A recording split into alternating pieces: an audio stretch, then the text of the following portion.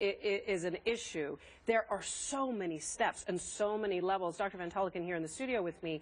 This is a management issue because you have to manage from the flight departing Africa, the arrival in the U.S., because at that time they can start showing symptoms, thus infect all the people on the plane or people that come in close proximity. Not all of the people, don't want to cause unnecessary panic. But then they're on the ground. This person self-reported, essentially said, look, I just came back from Liberia. I'm feeling poorly, went to the hospital, and was released.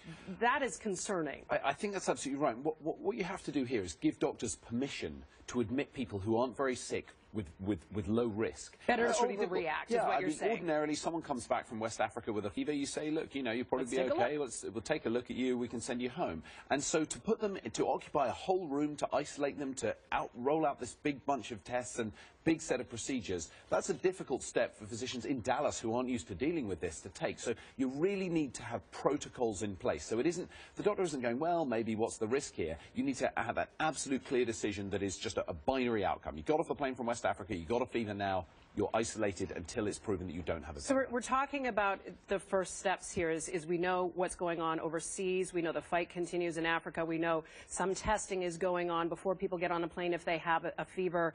Now we need to tighten things up here stateside, Sanjay, it sounds like, to make sure that those messages are getting out. One of the other things I want to talk about is this notion, and I want to keep repeating this because I think this is where the mistake is coming in from some people's understanding.